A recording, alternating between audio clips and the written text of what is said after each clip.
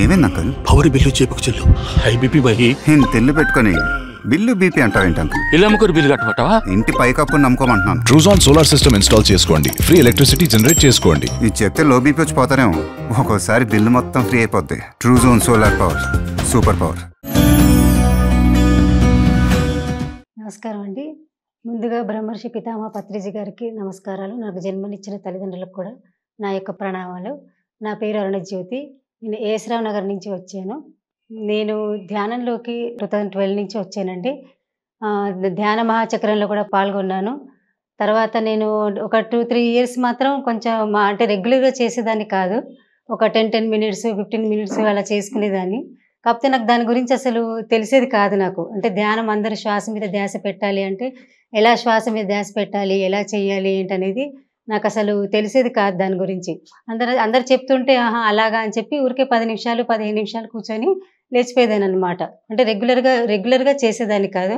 So నేను మళ్ళీ తర్వాత ఏంటంటే నేను 2017 నుంచి రెగ్యులర్గా ఇంకా కంటిన్యూగా డైలీ ఒక హాఫ్ అన్ అవర్ 40 మినిట్స్ అలాగా ఏంటనేది ధ్యానం అంటే ఏంటి, అందరు ఇలా అంటున్నారు ఏంటి తెలుసుకోవాలని చెప్పి నేను తెలుసుకున్నాను. నాకు ధ్యానం గురించి చెప్పిన వారు మా అక్కయ్య అనమాట. తను చెప్పింది అనమాట. 2011లో చెప్పింది.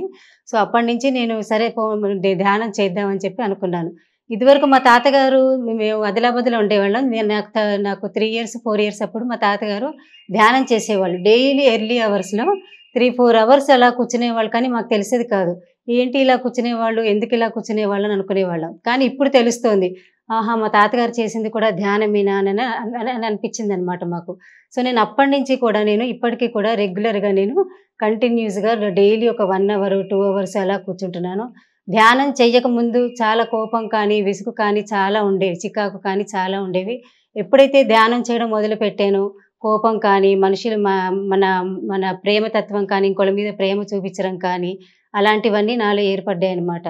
సో ఇదనమాట ధ్యానం గురించి. నేను సంగీతం టీచర్ అనమాట.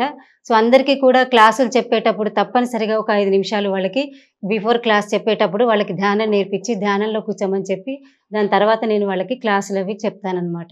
సో వాళ్ళు కూడా ఇప్పటికీ రోజు కూడా వాళ్ళ ఇళ్లలో పేరెంట్స్ కానీ వాళ్ళు కానీ పిల్లలతోని కూర్చోపెట్టి ధ్యానం అది చేయిస్తున్నారు వాళ్ళు. శాకాహారము మామూలుగా ఏంటంటే చాలా మందిని చూస్తున్నాం మనం. పాపం జంతువులని, జీవంలో ఉన్న జంతువుల్ని కూడా చంపేసి వాటిని మన ఎదురుగానే చంపేసి తింటున్నారు. పాపం అవి మూగజీవులు, వాటికి అసలు ఏమీ తెలియదు, వాళ్ళకి ఏం చేస్తున్నాము ఏంటనేది కూడా వాటికి తెలియదు.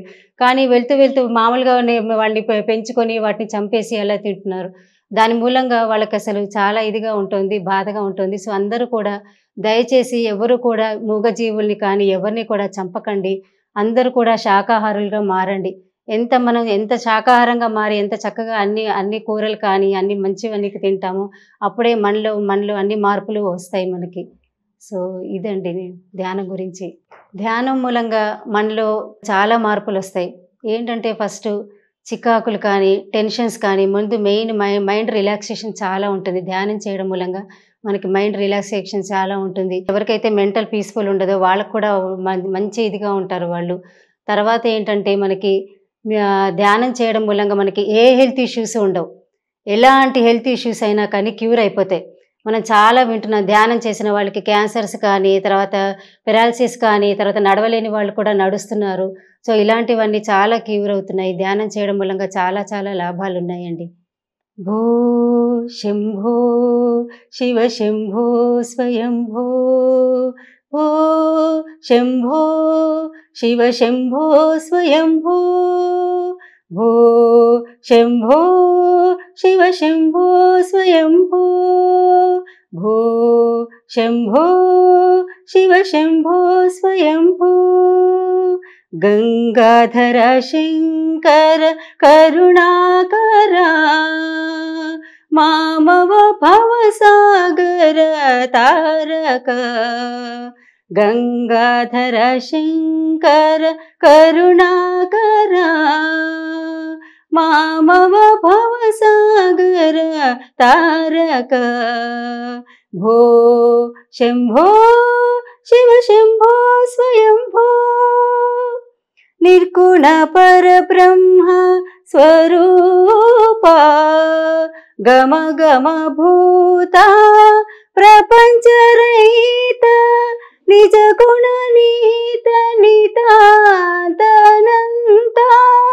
ఆనంద అతిశయ అక్షయలింగ భో శంభో శివ శంభో స్వయంభో ధిమిత ధిమిత ధిమి ధిమి కిట కిటతం తోం తోం తరికిట తరికిట కిటతం మతంగ మునివర వందిత ఈశ సర్వదిగంబర వేష్టిత వేష